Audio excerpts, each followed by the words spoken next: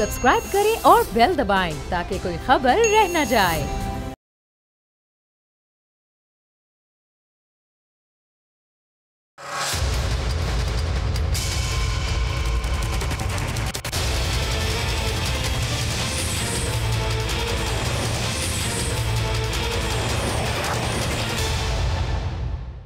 अस्सलाम वालेकुम, आप देख रहे हैं प्रोग्राम बस बहुत हो गया। मैं हूं अरबाब जहांगीर। 19 फरवरी 2021 को सियालकोट का इलाका हल्के NH-75 डस्का किसी मैदान जंग का मंजर पेश कर रहा था।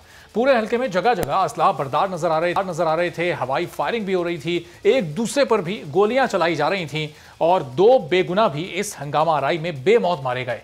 नून लीग तहरीक इंसाफ पर और तहरीक इंसाफ नून लीग पर एक दूसरे को पोलिंग स्टेशन में मैसूर करने के इल्जामात लगा रही थी।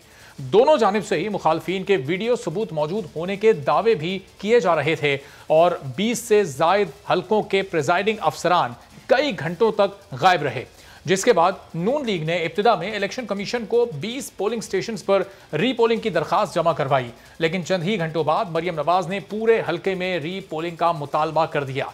तहरीक इंसाफ ने दरखास्त को जवाब बनाकर 20 पोलिंग स्टेशंस पर रीपोलिंग की तायद की थी और 25 फरवरी को इलेक्शन कमीशन ने 19 फरवरी के ज़िमनी इलेक्शन को कलअदम करार दिया था और 18 मार्च को रीपोलिंग का फैसला सुनाया। फिर यह तारीख आगे बढ़कर 10 अप्रैल की गई और आज सुप्रीम कोर्ट ने हल्का NH-75 डस्का के 10 अप्रैल को होने वाला इंतखाब मुलतवी करने का हुक्म दे दिया है। सुप्रीम कोर्ट में समाअत के दौरान नून लीग के उम्मीदवार के वकील सलमान अकरम राजा ने कहा कि डस्का से नौशीन इफ्तिखार के वालिद 5 बार मुंतखब हो चुके हैं, वहां उनके खानदान का असर रसूख ज्यादा है। नौशीन इफ्तिखार के डस्का शहर से 46,000 जबकि PTI के उम्मीदवार के 11,000 वोट थे। वहां पोलिंग का अमल मुतासर करना PTI का मकसद था, जिस पर जस्टिस उमर अता बंदियाल ने रिमार्क्स दिए कि मुस्लिम लीग नून के कारकुनान ने तशद्दुद का आगाज किया। जब उनका असर रसूख ज्यादा था तो तशद्दुद और बदअमनी फैलाने की जरूरत क्यों पड़ी।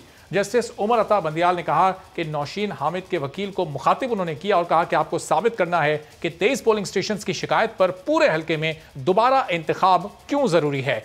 जस्टिस मुनीब अख्तर ने सलमान अकरम राजा से इस्तफसार किया कि जब प्रिजाइडिंग अफसर पोलिंग स्टेशन से निकले तो उनकी रुखसती मामूल के मुताबिक थी, जिस पर सलमान अकरम राजा ने जवाब दिया कि प्रिजाइडिंग अफसरान पुलिस के साथ मामूल के मुताबिक निकले थे मगर उनकी वापसी गैर मामूली थी। प्रिजाइडिंग अफसरान इकट्ठे आए और वो डरे हुए थे। अदालत ने NH-75 डस्का में 10 अप्रैल को तयशुदा पोलिंग को रोकते हुए रिमार्क्स दिए कि मौजूदा केस के फैसले में कुछ वक्त दरकार है क्योंकि सलमान अकरम राजा के दलाइल अभी जारी हैं और नौशीन इफ्तिखार के अलावा बाकी सब फरीकैन को भी सुनना है। जस्टिस उमर अता बंदियाल की जानिब से कहा गया कि इलेक्शन कमीशन का पोलिंग का फैसला बरकरार है, लेकिन हम फिलहाल 10 अप्रैल को रीपोलिंग का फैसला मुलतवी कर रहे हैं और इसके बाद सुप्रीम कोर्ट ने इस केस की समाअत गैर मुअय्यना मुद्दत के लिए मुलतवी कर दी है। तो अब डस्का में रीपोलिंग नहीं हो रही, इसके लिए अगली तारीख का ऐलान बाद में किया जाएगा। मामलात पीपल्स पार्टी और नून लीग के आपस में तय हो गए हैं। PDM एक बार फिर साथ चलती दिखाई देगी। ओवैस कादिर शाह साहब पीपल्स पार्टी के सीनियर रहनुमा हमारे साथ मौजूद हैं। शाह साहब, बहुत शुक्रिया प्रोग्राम के लिए, आपने वक्त निकाला। ये 2-4 रोज़ पहले तक बड़े एक दूसरे के बारे में बयानात आ रहे थे। बिलावल साहब मियाँ साहब के ख़ानदान को सिलेक्टेड कर रहे थे, मरियम नवाज साहिबा ने इसकी इब्तिदा की थी। अब मामला तय पा गए। बिस्मिल्लाहिर्रहमानिर्रहीम, बहुत शुक्रिया अरबाब साहब। देखें, आपने जो बयानात की बात की, अगर एक घर में 4 भाई रहते हैं तो उनके भी मतलब व्यूज़ अलग होते हैं, ख्यालात अलग होते हैं। तो बड़ों का ये काम होता है कि बिठा के उन चारों भाइयों में हम आहंगी पैदा करके साथ लेके चलना।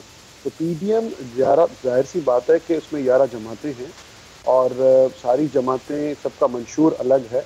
सब ने माजी में अपनी सियासत की है, इस वक्त भी सियासत कर रही हैं और उनकी कुछ जमातों की, बहुत सारी जमातों की नेशनल असेंबली में, सेनेट में भी नुमाइंदगी मौजूद है।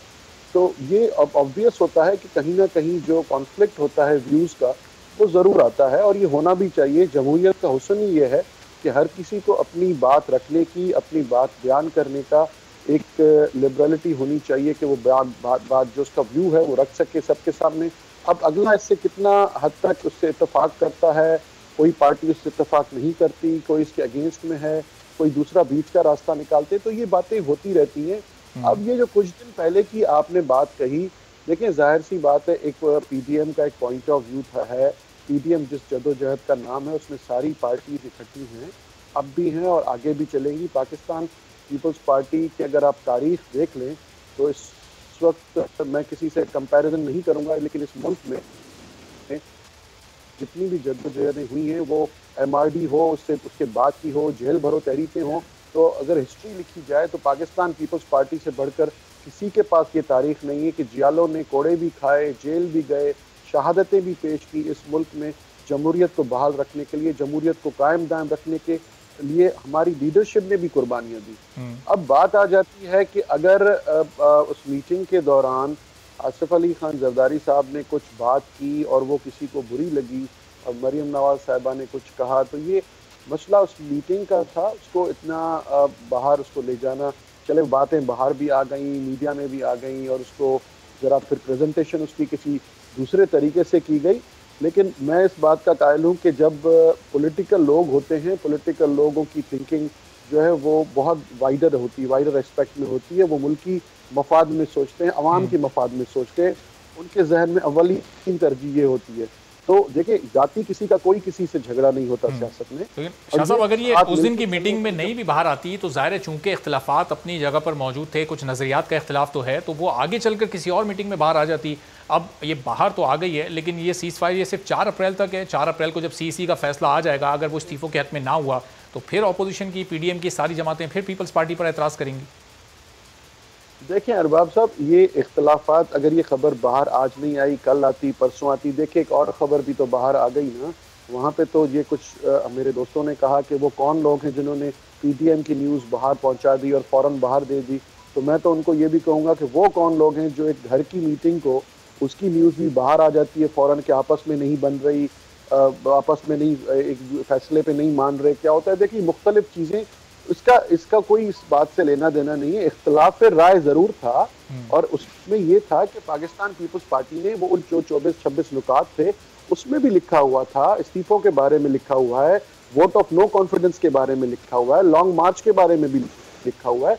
वो सारी चीजें इन रिटन मौजूद हैं। अब PDM की स्टीयरिंग कमेटी को ये फैसला करना है कि कौन सी चीज को पहले अडॉप्ट करना है, कौन सी, अगर लॉन्ग मार्च को पहले अडॉप्ट करना है, इस्तीफों को पहले अडॉप्ट करना है, तो इसमें सारी पार्टीज अपनी राय देने का हक रखती हैं। शाह साहब, ये हमारा PDM की तमाम जमातें तो तय कर चुकी हैं, पीपल्स पार्टी को भी तय करना है कि इस्तीफे देने या नहीं देने। चूंकि इस वक्त PDM के 2 ट्रैक नजर आ रहे हैं। एक वो ट्रैक जिस पर पीपल्स पार्टी लेकर PDM को चलना चाह रही है और एक वो ट्रैक है जिस पर PDM पीपल्स पार्टी को लेकर चलना चाह रही है। तो अब ये फैसला तो पीपल्स पार्टी को करना है ना कि इस्तीफे देकर PDM के साथ चलना है या फिर इस्तीफे ना देकर फिर कोई नई राह निकालनी है। पाकिस्तान पीपल्स पार्टी बहुत बड़ी, अल्हम्दुलिल्लाह, इस मुल्क की जमहूरी पार्टी है। उसके पास अंदर हमारे पार्टी में भी इस किस्म के सारे फोरम्स मौजूद हैं, प्रोविंशियल लेवल से लेकर फेडरल लेवल तक।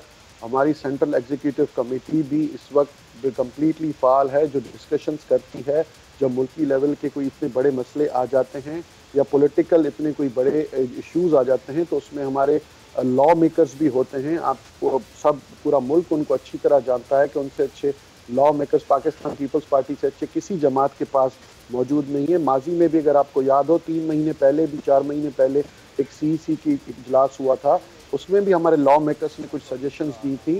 और जैसे मेरे चेयरमैन बिलावल भुट्टो जरदारी साहब ने कहा कि हम 4 अप्रैल को CEC की जब मीटिंग होगी उसमें सब लोग अपना व्यू रखेंगे, हम अपने लॉ मेकर्स से भी पूछेंगे कि वो क्या कहते हैं। देखें, ऐसा ना हो जिस तरह हमने पहले दिन जब PDM की मीटिंग पहली कॉल हुई थी तो उसमें ये डिसाइड हुआ था उस मुश्तरका प्रेस कॉन्फ्रेंस में कि हम इस सिलेक्टेड गवर्नमेंट की हर मुकाम पे, हर जगह पे इनके झूठ को जो है फाश करेंगे, सारी कौम के सामने रखेंगे और इनका हर जगह पे पॉलिटिकली डट के मुकाबला करेंगे। देखिए, बहुत से इश्यूज को, ठीक है, चलें शाह साहब, ये पॉइंट आपका आगे, आपकी तरफ मैं वापस भी आता हूँ। पाकिस्तान तहरीक इंसाफ के सीनियर राना साहब भी हमें ज्वाइन कर चुके हैं। डॉक्टर साहब, ये हुकूमत के लिए इस वक्त ये वक्ती तौर पर तो आप खुश हो सकते हैं, लेकिन ये अब सीज फायर हो गया पीपल्स पार्टी और नून लीग का, आगे भी साथ चलने के अब एक बार फिर दावे भी किए जा रहे हैं, यकीन भी दिलाया जा रहा है, तो ये हुकूमत अब ज्यादा देर खुश ना हो।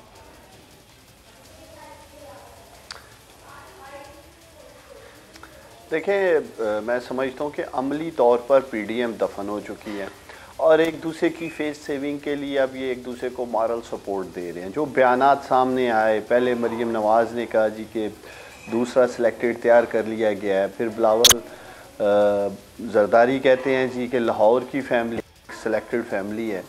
तो जब नौबत यहाँ तक आज और बिलखसूस इलेक्शन में इन्होंने जब एक दूसरे पे एतमाद नहीं किया और PMLN की तरफ से जो 5 सेनेटर्स थे उन्होंने गलत वोट लगाया निशान के ऊपर और जिसकी वजह से वो पीपल्स पार्टी इलेक्शन भी हार गई।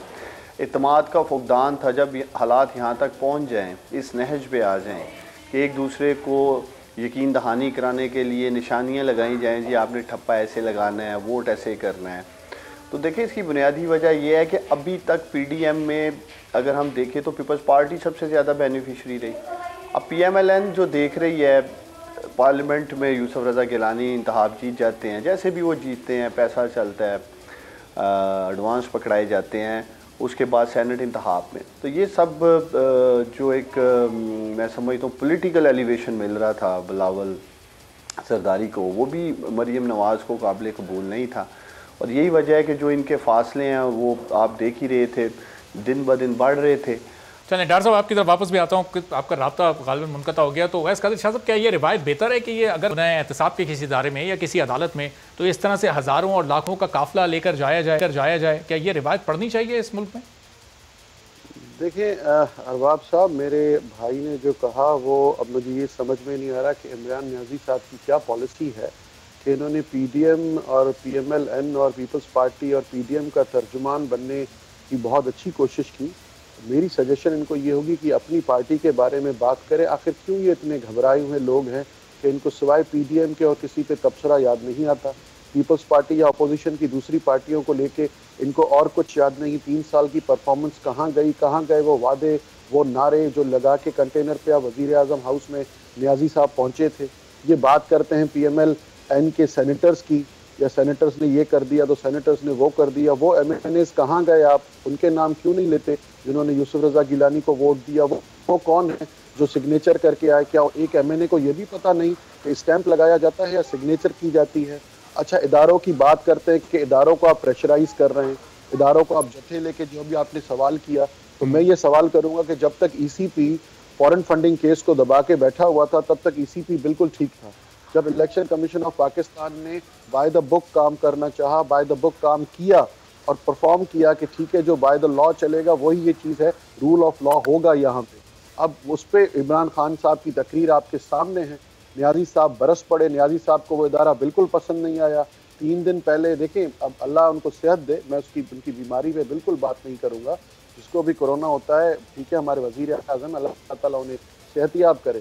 लेकिन क्या ये उसके बाद क्या इलेक्शन कमीशन में अपीयर होंगे जो उनको फंडिंग केस में बुलाया गया था? सही। चलें शाह साहब, ये खान साहब को वज़ीर आज़म तो आपने तस्लीम किया। शाह साहब रुकिएगा ज़रा, डार साहब का पॉइंट ऑफ व्यू इस पर ले लेते हैं। डार साहब, ये बड़ी लंबी चार्जशीट शाह साहब ने पेश कर दी है पाकिस्तान तहरीक इंसाफ और हुकूमत के खिलाफ। इनका क्या जाता है?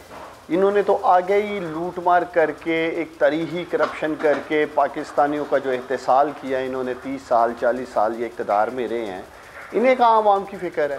ये जो भी दोस्त यहाँ बैठे हैं, हमने तो नहीं मरियम को कहा था बिलावल को भाई बनाओ, या बिलावल को कहा था मरियम को बहन बनाओ। अपनी करप्शन बचाने के लिए बहन भाई जैसे अजीम रिश्ते की तहज़ीक की है इन लोगों ने। जब एक दूसरे के ऊपर दोबारा बयानबाजी दाग रहे हैं ये लोग, ये मुनाफिकत की इंतहा है इन लोगों की। पाकिस्तानियों बहन भाई का रिश्ता कायम करते हैं और 2 महीने के अंदर अंदर फिर एक दूसरे के ऊपर तंदो तेज़ जुमले कसने शुरू हो गए हैं। ये तो बेहतर है कि आप लोग अपने आप को सियासी हरीफ के तौर पे ही रखें, रिश्तों का एहतराम करें, रिश्तों को बदनाम ना करें सियासत की आड़ में आप लोग। मैंने यही आपके चैनल से पैगाम देना चाहता हूँ। अगर एक दूसरे को बनाया था कौम के सामने तो उसका एहतराम करें। फिर आप अपनी सियासत की दुकानदारी चमकाने के लिए अब एक दूसरे को नीचा दिखाने के लिए कह रहे हैं नहीं तुम सिलेक्टेड हो, वो कह रहे हैं नहीं तुम्हारी फैमिली सिलेक्टेड है, तुम्हारा बाप सिलेक्टेड है। ये तमाशा कौम को आप लोग रहे हैं। लेकिन डॉक्टर साहब उसके बाद तो वजाहत आ चुकी। कल मरियम साहिबा ने बता दिया कि अच्छे ताल्लुकात हैं कौम को बिलावल साहब से उनके, यूज किया है, और वो जो एक सियासी तलखी पैदा हुई थी कल उसको खत्म करने की कोशिश की, और दोनों जानिब से अब बयानात वजाहतें आ चुकी हैं कि अब एक बार फिर इत्तेहाद बरकरार है पीडीएम का। अभी देखें, अभी पूरी कौम इनका तमाशा देखें ज़रा, अपोजिशन लीडर के मामले में देखेगी सेनेट में, अभी कौम इनका तमाशा कराची NA 249 के उम्मीदवार की शक्ल में देखेगी। अगर देखेंगे कि किस तरह फिर एक दूसरे को घसीट रहे होंगे। माजी में एक दूसरे को घसीटने की बात करते थे, जिस तरह पीपल्स पार्टी ने NA 249 में तो आपकी अपनी इत्तेहादी एमक्यूएम भी अलग अपने कैंडिडेट को ला रही है। तहरीक चलानी है तो पाकिस्तान वापस आओ। देखिए वो तो हम तय कर लेंगे, हम तो वहाँ से इलेक्शन कंटेस्ट किया हुआ है, हमने सीट जीती हुई है, हम तो अपना उम्मीदवार खड़ा करेंगे। एमक्यूएम देखते हैं क्या फैसला करती है। एमक्यूएम अपनी एक उनका मंशूर है, उनका बैंक वोट है, हम कोशिश करेंगे एमक्यूएम हमारे साथ मिलकर इलेक्शन लड़े। ये जो पीडीएम में एक यकजहती का एक ड्रामा रचा रहे थे जी, कि पीडीएम के फैसले जो हैं वो पीडीएम के अंदर किए जाते हैं, कौम इनका मजीद तमाशा देखने वाली है। आप देखिए आते आगे आगे होता है क्या। सही। तो शाह साहब ये अब ये बताइएगा, एक सेनेट के में अपोजिशन लीडर के लिए तो मामला तय हो गए थे कि नून लीग के पास वो सीट होगी, फिर ये ऐन मौके पर आप लोगों ने गिलानी साहब के हारने के बाद क्यों ये फिर ये शोशा छोड़ दिया कि जी अब पीपल्स पार्टी अपना अपोजिशन लीडर लाएगी सेनेट में? अंग्रेजी में एक कहावत है, कहते हैं लुक हु इज टॉकिंग। कौन हमें करप्शन पे दर्श दे रहा है, कौन हमें बता रहा है कि रिश्तों का किस तरह ख्याल किया जाता है, रिश्तों को किस तरह, उसके ताल्लुकात को किस तरह पामाल किया जाता है, अल्फाज किस तरह यूज़ किए जाते हैं। 3 साल में गाली गलोच, धौंस का, ज़बरदस्ती का, गुंडागर्दी का कल्चर कौन लाया, पूरी कौम जानती है। ये पिछले 3 सालों में असेंबली में किस किस्म की पॉलिटिक्स चल रही है, जो पहले कभी पाकिस्तान की तारीख ने नहीं देखी कि इस तरीके से असेंबली में बिहेव किया जाता है जिस तरह हमारे ये सिलेक्टेड भाई कर रहे हैं। या यहाँ पे जो मुझे रिश्तों का लेक्चर दे रहे हैं, इनसे ये पूछें तो हमारी करप्शन को तो छोड़ो, आपकी तो पार्टी करप्ट है। ये करप्ट पार्टी जिसमें आप लेके आए हो, आप पहले अपने तो हिसाब किताब सारी कौम के सामने रखो। जिस दिन फॉरेन फंडिंग केस खुल गया उस दिन मुंह दिखाने के काबिल नहीं रहेंगे आप लोग। आप बात करते हैं स्कैंडल्स की, इस 3 साल में कितने स्कैंडल्स आए, आप पूरी कौम कंपेयर कर सकती है कि पिछले माजी के जितने साल पाकिस्तान जब वजूद में आया उसके बाद से 3 साल की जो इनको मिले हैं, इन 3 सालों में कौन सा ऐसा स्कैंडल है जो नहीं आया, जिसकी रिपोर्ट प्राइम मिनिस्टर के पास गई और वो नल एंड वॉइड हो गई। अब ब्रॉडशीट का भी यही हशर होने जा रहा है, क्योंकि ब्रॉडशीट के कागजात गुम हैं और इस वक्त कितने बदहाल हैं ये लोग। ये मासूमियत की इंतहा हो गई कि हमें तो कुछ पता ही नहीं, कागजात गुम हो गए। कितनी एजेंसीज प्राइम मिनिस्टर को जवाब दे हैं, कितनी एजेंसीज के वो चीफ हैं, क्या उन्हें ये पता नहीं कि कागजात कहाँ गए? क्योंकि कागजात नहीं मिलेंगे। अब नैब जो कागजात देगा उसमें से वो चैप्टर गुम होंगे जिनमें सिटिंग इनके वफाकी वजीरों के, एडवाइजरों के, स्पेशल असिस्टेंट के नाम लिख लेंगे। अभी ये बात करते हैं हमसे कि NA 249 पे क्या होने जा रहा है। गिलानी साहब की सेनेट, ओ भाई अपनी परफॉर्मेंस पे बात करो। अगर तुम लोगों को डर नहीं है तो क्यों हम पे बात कर रहे हो? बुजदली का मुजाहरा ना करें। जब भी इनको पकड़ा जाता है, कोई व्हीलचेयर पे पड़ जाता है, मुल्क से बाहर भाग जाता है, इनकी हालतें देखने वाली होती है। आपने छोड़ा दिखाएं मुल्क से बाहर, ये पूरी कौम सुन रही है, मुल्क से बाहर आपने खुद छोड़ा। कांप रहे होते हैं, दबाव किस तरह इनकी हालत पे छोड़ा होती है। आपने मुल्क से बाहर छोड़ा।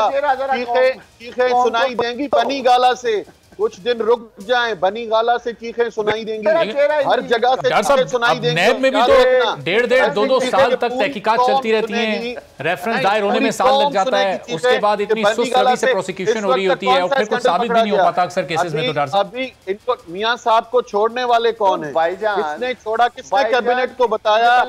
किसके डॉक्टर गए? मियां साहब को खुद छोड़ा, हार जाने दिया और उसके बाद कहते हैं कि हमसे गलती हो गई। अच्छा, इससे अच्छा खुद वजीर आजम कैबिनेट को ब्रीफ कर रहा है, खुद वजीर आजम बता रहा है कि मेरे डॉक्टर गए, मेरे डॉक्टरों ने शाह साहब रुकिएगा जरा, शाह साहब एक एक करके जरा बात करेंगे तो आवाज जरा साफ सुनने वालों तक जाएगी। जी डॉक्टर साहब, सिर्फ यही कह रहा हूं कि इनसे पूछ लें कि आखिर मियां साहब पे ये कहते हैं कि भाग गए, आप बताएं कि मियां साहब को बाहर छोड़ने वाला कौन? किसने ब्रीफ किया कैबिनेट को? कौन सी हॉस्पिटल के डॉक्टर गए उनको चेकअप करने? जाने खुद दिया, पहुंचाया बहिफाजत खुद वहां पे, और अब आप चीख रहे हैं कि आपसे गलती हो गई। किसके कहने पे जाने दिया? नाम तो ले लो, नाम तो कौम को बता दो। ये पूरी कौम जान चुकी है कि आप लोग अब किस तरीके से काम कर रहे हो, कौन से दरवाजे से आप लोग आए हो और किस तरह। चलिए शाह साहब, पॉइंट आपका आगे, जरा डार साहब से इस पर जवाब ले लेते हैं। जी डार साहब, अब ये इल्जाम तो आप पर ही लगता है जब भी मियां साहब के जाने की बात होती है कि भेजा तो आपकी हुकूमत नहीं है।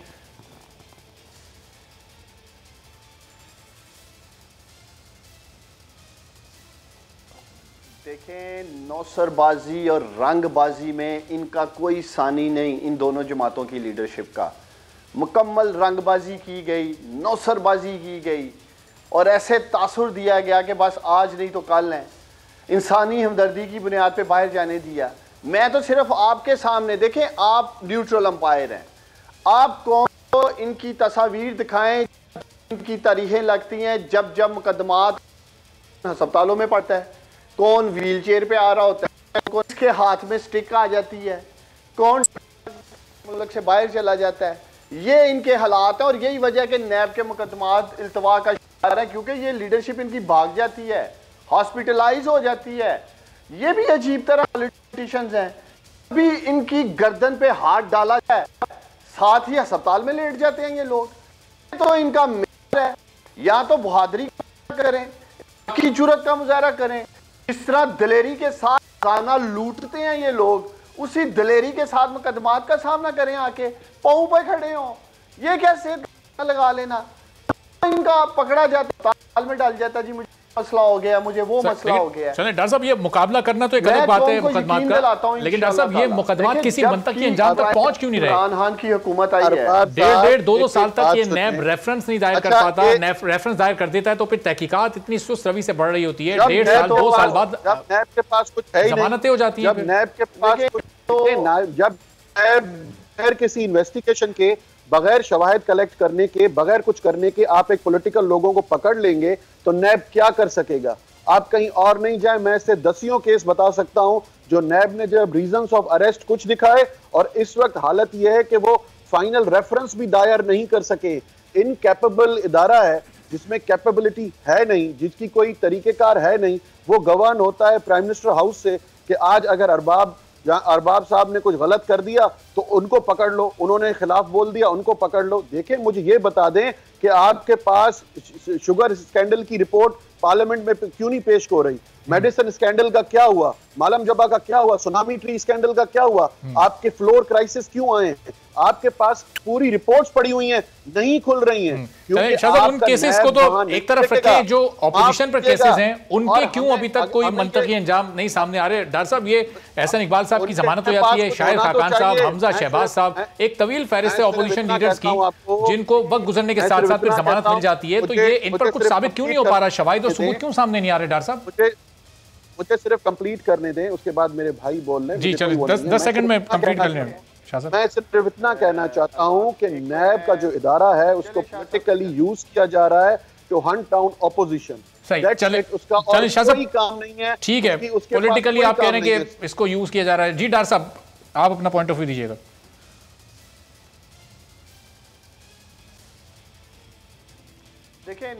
देखिए नैब के अंदर, नैब की टीम में आज तक हमने एक मुंशी नहीं रखा है।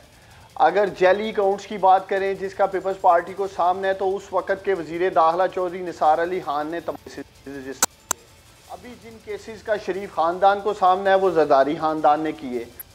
ये कौम से फिर माफ़ी मांगें कि ये एक सियासी टोपी ड्रामा लगाया इन दोनों फैमिलीज़ ने एक दूसरे के साथ, पॉलिटिकल विक्टिमाइजेशन की। आज जिन केसेस का कह रहे हैं कि जी नैब जो है वो पॉलिटिकल विक्टिमाइजेशन कर रहा है, नैब तो उन तमाम केसेस पे अमल दरामद कराने की कोशिश कर रहा है जो इन लोगों ने अपनी अपनी हुकूमत में एक दूसरे के ऊपर बनाए। आज ये नैब के पीछे छुप रहे हैं। अगर के कमजोरियां इनको दावत देते हैं कि रिव्यू करते हैं ताकि एक कुछ तो ऐसा अकाउंटेबिलिटी का सिस्टम होना चाहिए जिसमें सब इत्मीनान करें, लेके आ जाए पार्लियामेंट में फैटअप बिल के ऊपर, ताकि नैब को बंद कर दें। हर वो चीज जो इनको बचा सकती है उसकी कानून साजी बात करते हैं। जी शाह साहब, 10 सेकंड में बस लास्ट कमेंट कर दीजिएगा। मैं सिर्फ इतना कहूंगा कि दुनिया का बहुत बड़ा स्कैंडल हुआ है, वो बंदा जेल में आ गया है, यूरोप में चला गया। अबराज ग्रुप का चेयरमैन, उसके पर्सनल सेल फोन में इमरजेंसी कांटेक्ट में नंबर 1 पे नाम हमारे इमरान न्याजी साहब का निकला है। उनसे उसका क्या वास्ता है? इमरजेंसी कांटेक्ट में वो रखा जाता है जब अगर दुनिया में कोई मुसीबत आप पे आन पड़े तो आप पहले उसे कांटेक्ट करें। चलें, अब ये आपस में क्या ताल्लुक है इन दोनों शख्सियात का, शाह साहब आइंदा किसी प्रोग्राम में जरूर इस पर तफसीली गुफ्तगू करेंगे। बहुत बहुत शुक्रिया अवैस कादिर शाह साहब, उस्मान डार थे और दोनों का मौक़िफ़ आपने सुना। एक ब्रेक लेते हैं, ब्रेक के बाद वापस आएंगे, मजीद गुफ्तगू करेंगे।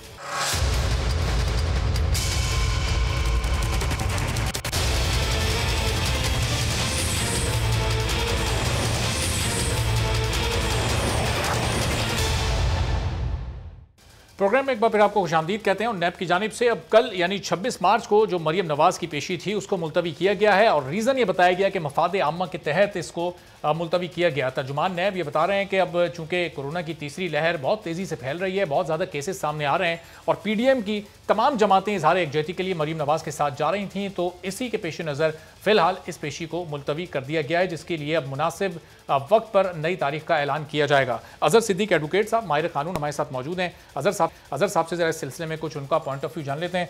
अजहर साहब, बहुत शुक्रिया प्रोग्राम के लिए, आपने वक्त निकाला। ये नैब की जानिब से जो पेशी मुलतवी की गई, आप कैसे देख रहे हैं? ये मफाद आम्मा के तहत वाकई ये फैसला लिया गया या फिर नैब ने प्रेशर महसूस किया अजहर साहब के कल चूंकि हजारों की तादाद में पूरे PDM के कारकुनान जाते तो किसी क्लैश से बचने के लिए ये कदम उठाया गया? देखिए, दोनों ही चीजें मैं समझता हूँ बड़ी अहम है। एक तो कोरोना की लहर बहुत ज्यादा तादाद बहुत तेजी से आगे बढ़ रही है और चूंकि इन्होंने जत्थे की शक्ल में जाना था और इन्वेड करने के लिए जाना था और खुदा ना खास्ता अगर कोई वहां पर कोरोना से लोग मुतासर हो जाएंगे तो कल नैब के ऊपर प्रेशर आएगा कि आप पेशी आगे भी कर सकते थे, पीछे कर सकते थे, तो ये कोई ना कोई प्रेशर बचने के लिए है। दूसरी एक बात है कि नैब ने अपने तीन कोशिश की। नैब ने आज हाई कोर्ट में सामने एक दरखास्त लगाई थी जिसमें उन्होंने कहा था कि मरियम को और इनको रोका जाए। मरियम पेशी के लिए आ रही तो के लिए असूली तौर पर तो वो उनकी एक अच्छी ये बात थी कि वो कोर्ट के सामने भी मामला लेकर गए थे। कोर्ट ने कहा कि नया लॉ एंड ऑर्डर का मसला समाना है, कानून हरकत में आएगा। कोर्ट ने भी ये बात सारी नैब के ऊपर छोड़ दी थी आज लाहौर हाई कोर्ट ने। तो अब अल्टीमेटली नैब के पास और कोई रास्ता बचता नहीं था कि कल खुदा ना खास्ता को खून खराबा ना हो जाए। आपको याद होगा 10 अगस्त 2020 को जब ये जत्था लेकर गए थे, पत्थर लेकर गए थे और उल्टा इल्जाम लगाने की कोशिश की थी मरियम नवाज ने कि जी मेरे पर फायरिंग की कोशिश की गई, हालांकि हालात और वाकयात आपके सामने रिकॉर्ड के सामने मौजूद है। करना चाहिए। अजहर साहब, अपने अपने तौर पे हुकूमत पंजाब ने और नैब ने इंतजाम तो पूरे कर लिए थे। रेंजर्स भी वहां डिप्लॉय हो गई थी, रेड जोन भी उसको डिक्लेयर कर दिया गया था, पुलिस भी वहां पर मौजूद थी। फिर ऐसे हालात में जब इतनी ज्यादा तैयारी थी तो फिर ये मुनासिब फैसला था कल ये पेशी होने देते, सब अमनो अमान में रहते, सब जरा अपने अपने कंट्रोल में रहते तो शायद पेशी निमट जाती, कोई अमनो अमान की सूरत हाल खराब ना होती। देखिए, मेरा जहां तक ख्याल है उनके पास कोई ना कोई इंटेलिजेंस की रिपोर्ट होनी है कि तैयारी तो देखिए तैयारी तो PMLN या बाकी लोगों से उम्मीद रखी जा सकती है कि उनके लोगों ने जिस तरह आज देखे ना, जिस तरह आज सुप्रीम कोर्ट के जज जनाब जस्टिस उमर साहब दयाल के ऊपर उन्होंने चढ़ाई शुरू की, उनके सोशल मीडिया ने और मरियम सारे उन अकाउंट्स को फॉलो कर रही थी। तो मेरा जहां तक ख्याल है इंटेलिजेंस इदारों की ऐसी कोई रिपोर्ट होगी और ये रिपोर्ट वो सारा सामने नहीं बताना चाहते, लेकिन उन्हें चाहिए था कि ये सारी चीजें कौम के सामने लाते। बाकायदा नैब को चाहिए कि प्रेस रिलीज जारी करे, उसमें हालात और वाकयात है। यकीनन ये कोई ऐसी बातें जरूर होंगी, वरना नैब इतना कमजोर इदारा नहीं है। लेकिन ये सवालिया निशान बहुत उठे हुए हैं। अवाम में इस तरह की कैफियत है कि अगर ये इस तरह काम शुरू हो गया, प्रेसिडेंट शुरू हो गया, तो हर सियासी जमात यही करेगी और नया फिर अपना। चलें अजहर साहब, आपकी तरफ मैं वापस भी आता हूँ। इफ्तिखार अहमद साहब, सीनियर साफी, सीनियर तज्जिया। इफ्तिखार साहब, अब ये क्या पॉलिटिकली इसका क्या इम्पैक्ट होगा? क्या PDM प्रेशर में लेने में कामयाब हो गई? नैब ने किसी प्रेशर में आकर कल की ये पेशी मुलतवी की है या फिर इस तरह से पेशी पर जा रहे थे 9 जमातें इत्तेहाद के साथ, बल्कि 10 जमातें पीपल्स पार्टी भी अब तो जा रही थी मिलकर हजारों की तादाद में? क्या पेशियों पर जाने की ये रिवायत सही डाली जा रही थी? इस तरह से पेश होना चाहिए इदारों के सामने? जी, जब जो चाहे पेश हो सकता है दोस्तों के साथ। ये कहाँ लिखा हुआ कि आप अपने दोस्तों फ्रेंड्स को लेके अदालत में नहीं जा सकते? कहाँ लिखा हुआ? Where is the law? Which law? मतलब दोस्त कोई 10 हो, 12, 15, 100, 150, 1000 हो सकता है, 1 लाख हो सकता है, लिखा था। देखिए जी, मुझसे अगर बात करनी है तो कानून की तहत कीजिए। अच्छा, कौन से कानून में प्रोहिबिशन है? मैंने उसका प्रेस रिलीज पढ़ लिया है। अच्छा, 10 साल सजा हो सकती है, ये हो सकता है, वो हो सकता है, वो पढ़ लिया मैंने।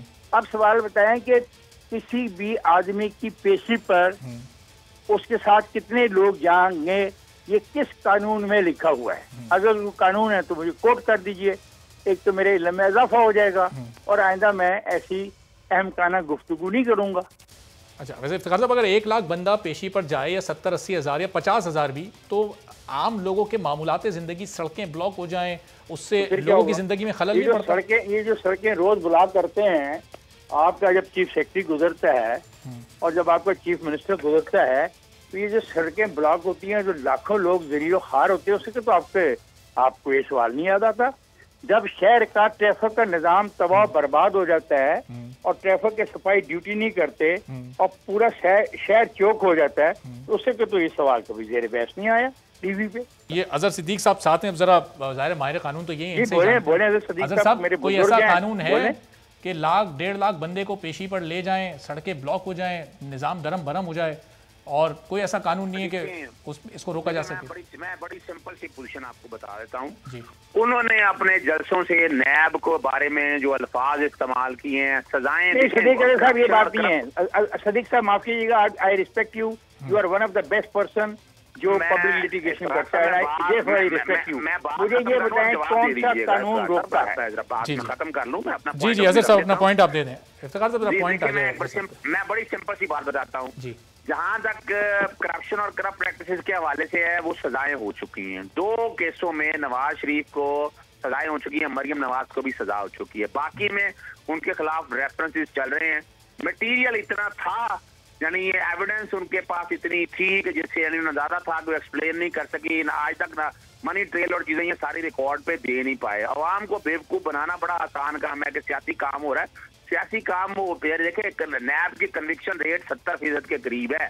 और दूसरी याद बात है, फंडामेंटल राइट आर्टिकल 9 पढ़ लें, राइट टू लाइफ आर्टिकल 14 पढ़ लें, क्वालिटी टू लाइफ, अब राइट टू गैदरिंग पढ़ लें, राइट टू अगर ट्रैवल पढ़ लें। ठीक है, चलें अजहर साहब पॉइंट आपका आगे जरा रुकिएगा। इफ्तिखार साहब जरा अब इस पर रिस्पॉन्ड भी करते हैं। इफ्तिखार साहब, अगस्त 2020 में जो पेशी हुई थी वो सूरत हाल भी तो हम सबके सामने है। तो मैं सदीक अजहर साहब को रिस्पॉन्ड इसलिए नहीं करता कि मैं जाती तौर पे सदीक अजहर साहब की इज्जत करता हूँ। अच्छा, ये मेरा एक मसला है, वरना जो ये मेरा दोस्त फरमा रहा है इसकी कोई लीगल हैसियत नहीं है। अच्छा, क्वेश्चन आपने ये रेज किया कि क्या कोई शख्स अपनी पेशी पर 1 आदमी ले जा सकता है या 1 लाख।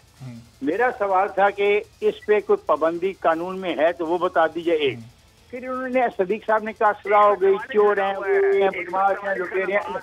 एक मिनट लेट मी फिनिश। अच्छा अजहर साहब रुकिएगा जरा। इफ्तिखार साहब अपनी बात मुकम्मल कर लें, फिर अजहर साहब मैं आता हूं। जी इफ्तिखार साहब आप अपना पॉइंट मुकम्मल कर लें। Let me finish. आप इसी कागज को पढ़ें जो कागज आपके सामने पड़ा हुआ है कि जो शख्स मैं पढ़ा हूं उस असर डिले करने की टैक्टिस इस्तेमाल करे, तो वो डिले करने की जो टैक्टिस नैब इस्तेमाल कर रहा है साल से, तो कोई नैब के लिए कोई सजा का तजवीज नहीं है। नैब बालातर है। देखो, सिर्फ कायनात में खुदावंदे करीम जो है उसके पास कुल अख्तियारात हैं।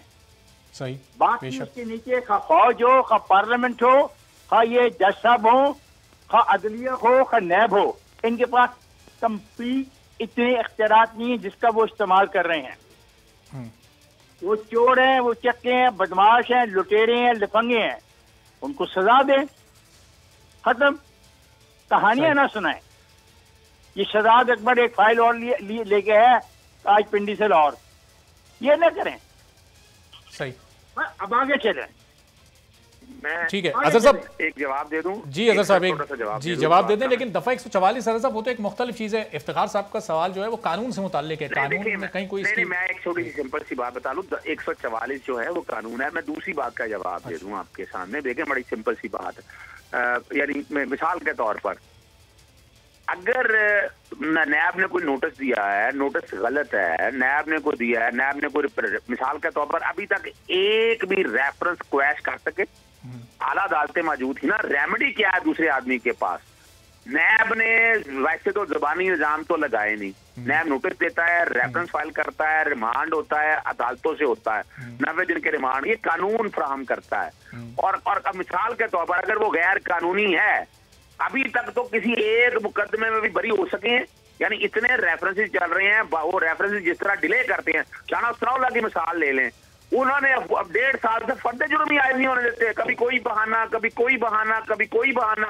वो भाई शेर बनो जाके पेश हो अदालतों में, अदालतों को जी इफ्तिखार साहब खत्म हो, पेंडिंग ना रहे काम। अजहर साहब रुकिए, इफ्तिखार साहब भी कुछ कहना चाहते हैं, निजाम को आगे लगा लें। अच्छा अजहर साहब जी इफ्तिखार साहब मुझे एक बात बताएं कि हेलो जी इफ्तिखार साहब आपकी आवाज आ रही है, फरमाइएगा। 2711 जो है कानून, वो पढ़ा आपने? जी अजहर साहब 2711 पढ़ा आपने? अब ये 2711 मेरे नहीं, मुझे पाकिस्तान में तो इतनी कोई कानून नहीं है जिसमें 2711 जो है 2711 सेक्शन हो। इफ्तिखार साहब थोड़ी और वजाहत कर दी जरा। मैं कह रहा हूँ 270 कॉन्स्टिट्यूशन का पढ़ा है। 270 बात कर रहे हैं कि जो जिस मुल्क में मार्शल लॉ है और आपकी पार्लियामेंट ने प्रोटेक्शन दी उनको, आप 270 की बात कर रहे हैं। जी हाँ, उसको पढ़े। हाँ, और उसमें नैब का जो इख्तियार था ना कि किसी शख्स को अपने खिलाफ बयान देने का, वो खत्म हो चुका है जी। नहीं, मैं छोड़ के मैंने कह दिया। नहीं, मैं चले इफ्तिखार साहब से भाइयों की तरह मेरे दोस्त हैं, मैं इस मामले में नहीं, मैं कानूनी बात करता हूँ आपके सामने। सेक्शन 31 नैब ऑर्डिनेंस पढ़ लें, उसके अंदर शेड्यूल पढ़ लें। जो आदमी नैब की I believe in the Constitution of the Islamic Republic of Pakistan. No laws under the Constitution जो घर के बनाए होते हैं। नैब ऑर्डिनेंस को नहीं इफ्तिखार साहब आप मानते? 270 कॉन्स्टिट्यूशन का जो आर्टिकल है वो उसको पढ़ लें। उसमें नैब को जो इख्तियार दिए हुए है कि कोई शख्स अपने खिलाफ गवाही देगा, it is the violation of 270 नहीं,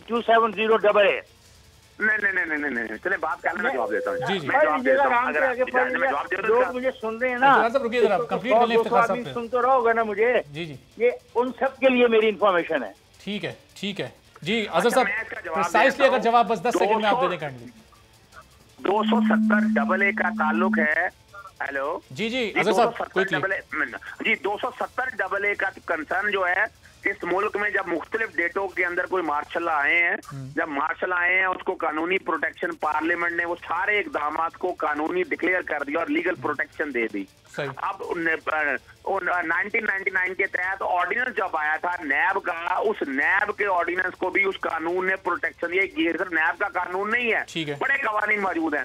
और फिर ये बकायदा चैलेंज हुआ अफजल यार गवली के केस में 2001 के अंदर सुप्रीम कोर्ट ने कहा कि ये कानून बिल्कुल ठीक है। उस कानून के तहत ये चलिए पॉइंट आपका आ गया, बेल की इजाजत दी गई। सही। अजहर सिद्दीकी साहब बहुत शुक्रिया। जी अजहर साहब बिल्कुल टाइम नैब से एक बात कर लूं जी, नैब की प्रोसीडिंग में जो दखलंदाजी करेगा, जो इंटरफेरेंस करेगा, नहीं मानेगा, वो भी एक जुर्म काबिले दस्तंदाजी पुलिस है, 3 साल तक सजा हो सकती है उसके साथ। वो सबको अंदर कर दो यार, फिर भी कुछ नहीं होना। बहुत शुक्रिया इफ्तिखार अहमद साहब, अजहर सिद्दीकी एडवोकेट साहब हमारे साथ मौजूद थे। गुफ्तगू आपने सुनी। एक ब्रेक के बाद स्कूल्स की बंदिश का फैसला NCOC की जानिब से कुछ इलाकों में किया गया, उस पर गुफ्तगू होगी एक ब्रेक के बाद।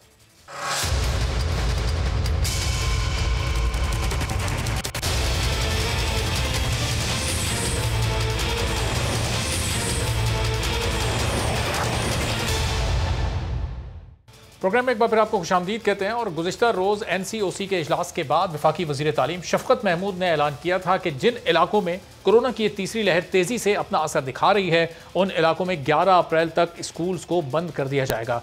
उनके इस फैसले को, इस ऐलान को प्राइवेट स्कूल्स एसोसिएशन ने और फिर ख़ास तौर पर वालिदैन ने बिल्कुल मुस्तरद कर दिया, चूँकि पहले ही गुज़िश्ता साल तलबा का बहुत कीमती वक्त ज़ाय हो चुका है और अब ये करना बिल्कुल भी मुमकिन नहीं है। इस पूरी सूरत हाल पर गुफ्तगू करते हैं काशिफ मिर्ज़ा साहब, प्राइवेट स्कूल हमारे साथ मौजूद हैं। काशिफ साहब बहुत शुक्रिया प्रोग्राम के लिए, आपने वक्त निकाला। ये अब सूरत हाल क्या बनेगी?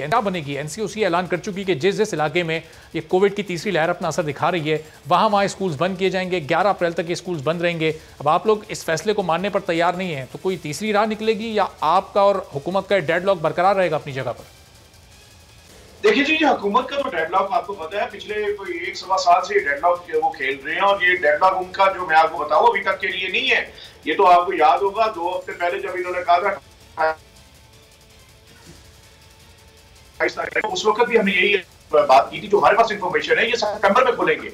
इनका इरादा जो है हमारी नस्लों को, 7.5 करोड़ बच्चों को जो है इनको बर्बाद करने का है। अभी आप मुझे एक बात बताएं कि ये कैसा कोरोना है जो कि सिर्फ और सिर्फ PTI गवर्नमेंट की रेंज में आ रहा है, और बाकी जो है जो आपका कराची जैसे इतना बड़ा शहर है जहाँ पे PDM के जो लोग बैठे हुए हैं वहां पे कोरोना वैसे नहीं फैल रहा। या तो इनकी हुकूमत बहुत नाअहल है या फिर वो जो है वो इनके अज़ाइम कुछ और हैं, क्योंकि सिंगल नेशनल करिकुलम का एक ड्रामा चल रहा है। किताबें मार्केट्स में अवेलेबल नहीं है, सिवाय पंजाब के किसी दूसरे सूबे ने उसको ऑफ नहीं किया, सिंध उसको इनकार कर चुका है, वो सितंबर में बुक्स आनी है। एक तो इन्होंने इस कोरोना की आड़ में वो खेल खेलना है, दूसरा इनका चूंकि जो जितने सियासी जलसे हैं कायदीन के या सरकारी जलसे जुलूस हैं, मेले ठेले हैं, वो सारे अरूज पे हैं, वो बंद नहीं होंगे। अगर इनका जोर चलता है तो उन तालीमी इदारों पे चलता है जिसके बारे में प्राइम मिनिस्टर इमरान खान साहब फरमाते हैं कि जी बड़ा बेहतरीन तालीमी इदारों में एसओपीज का इंश्योर किया गया। असद उमर कह रहा है, शफकत महमूद कह रहा है, जितने भी हमारे जो गुजरा तालीम है वो सब कह रहे हैं जनाब तालीमी इदारे वो वहां जगह है जहाँ एसओपीज को हकीकी मानों में इंश्योर किया गया। और खुद वो कहते हैं कि तालीमी इदारों से कोरोना नहीं फैल रहा, और हकीकत भी ये है कि हमारे जो तालीमी इदारे हैं वो एजुकेट कर रहे हैं सोसाइटी को। इशू ये भी तो है कि पहले जब पहला फेज आया था कोरोना का उस वक्त बच्चों को बिल्कुल इफेक्ट नहीं किया था, दूसरे फेज में बहुत कम तादाद में, लेकिन ये तीसरे फेज में अब आमतौर पर बच्चे भी इफेक्ट हो रहे हैं। तो ये फिर हुकूमत की नीयत पर आप क्यों शक कर रहे हैं? ऐसा क्यों समझ रहे हैं कि इनका इरादा है कि तालीम के शोबे को बर्बाद कर दें? तो बच्चों की जानों को महफूज करने के लिए इकदाम उठा रहे हैं। मैं आपसे इस हवाले से जरा गुजारिश कर दूं कि जब हम ये देखते हैं ना, ये जो जितनी मिथ क्रिएट की जाती है ना, ये पाकिस्तान ही के अंदर से ऐसी चीजें निकलती हैं। WHO ने जो है वो जो डाटा दिया उसके मुताबिक 36 लाख में से एक बच्चे के मुतासब होने का खर्चा पूरी दुनिया में अल्हम्दुलिल्लाह बच्चों का कोई सीरियस इशू केस सामने नहीं आया। अगर एक चंद बच्चों के जो सीरियस इशू जो बने वो बेसिकली उनकी हेल्थ हिस्ट्री और भी थी। पाकिस्तान में अभी तक तो अल्लाह का शुक्र है कोई सीरियस केस नहीं आया। लेकिन मैं एक बात आपको ये बता दूं, जहां हमारे पास इंफॉर्मेशन है कि ये जो इसको एक्सटेंड करेंगे सितंबर तक, तो एक खतरनाक मैं आपसे बात शेयर करने जा रहा हूं कि इनका अगला क्या फेज है। अभी इन्होंने पहले जो थे 7 अजला में उसको एक्सटेंड किया, दूसरे फेज में 19 अजला में, अब ये तीसरे फेज में आधे पंजाब और केपी को ये एक्सटेंड करेंगे 7 अप्रैल को, और उसके बाद जो है ईद से पहले इन्होंने पूरा पाकिस्तान बंद करना है। एनसीओसी तो अपना फैसला सुना चुका है, वजीर तालीम उसका ऐलान कर चुके हैं। अब आप लोग क्या उस पर अमल करेंगे, नहीं करेंगे तो फिर लाए अमल आपका क्या होगा? क्या स्ट्रेटेजी आप लोगों की होगी? देखिए जी, हम मशावरत के अमल से गुजर रहे हैं, तमाम सूबों के साथ हम मशावरत कर रहे हैं। हमें पता है कि ये ड्रामा इनका पिछले साल चला था, ये ड्रामा मजीद एक्सटेंड इन्होंने करना है और पूरे पाकिस्तान को इन्होंने दोबारा जो है मफलूज करना है। हमारे बच्चों का पहले साल 75 डे का शॉर्टेस्ट सेशन एजुकेशन सेशन हुआ है, दूसरा साल कोरोना की नजर में, तीसरा साल फिर कोरोना और कोरोना वैक्सीन के बेचने के, और फिर सिंगल नेशनल करिकुलम की किताबों की आड़ में ड्रामा जो कि मार्केट में नहीं है। तो हम मशावरत कर रहे हैं। हमें अपने 7.5 करोड़ बच्चे, 5 करोड़ वो बच्चे जो कि तालीमी इदारों में पढ़ रहे थे, इन्होंने आउट ऑफ स्कूल किए। 4 करोड़ 90 लाख बच्चों के पास कोई इस वक्त एक्सेस नहीं ऑनलाइन तालीम की। 10 लाख। लेकिन वालिदैन जो है बच्चों के, ये जाहिर है आप लोग उनसे ज्यादा कनेक्टेड रहते हैं, वो उनके दिल में दिमाग में इस वक्त क्या चल रहा है? वो अपने बच्चों को भेजना चाहते हैं स्कूल, या फिर उनकी जानों को महफूज रखना चाहते हैं और घरों में ही रखना चाहते हैं?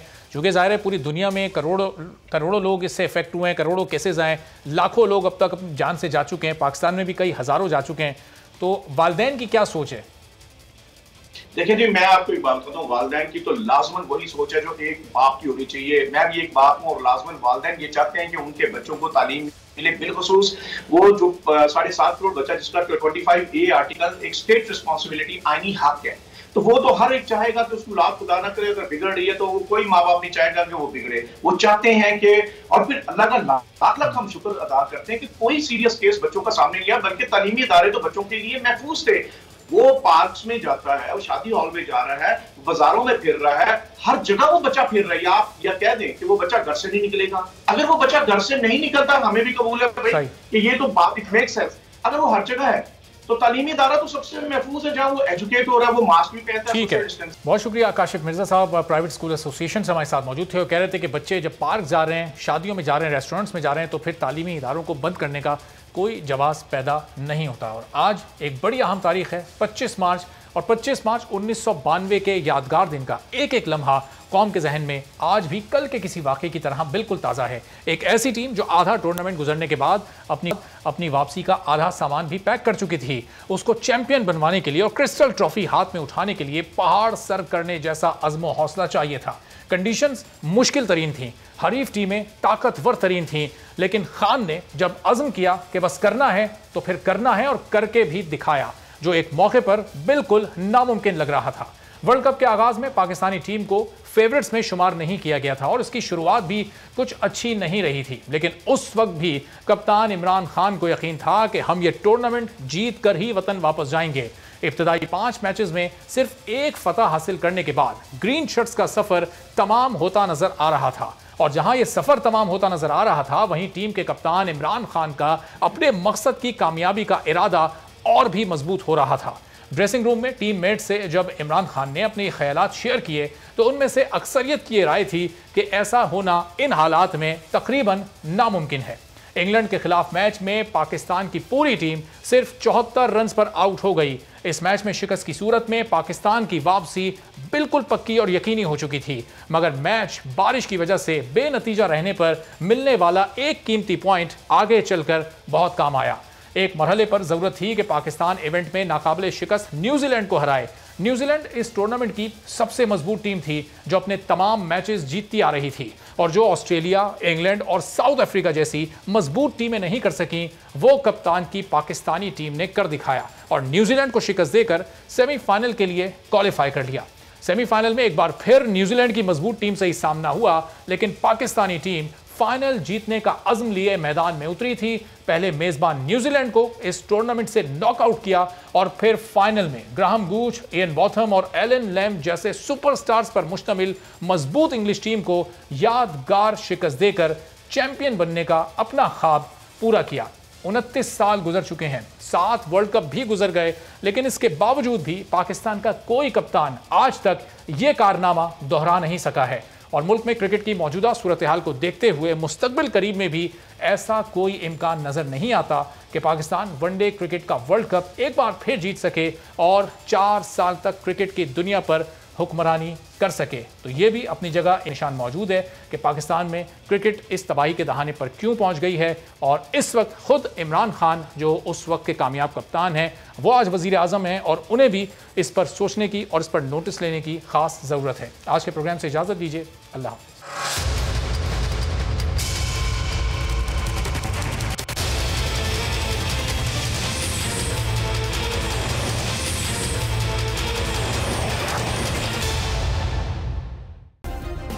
सब्सक्राइब करें और बेल दबाएं ताकि कोई खबर रह न जाए।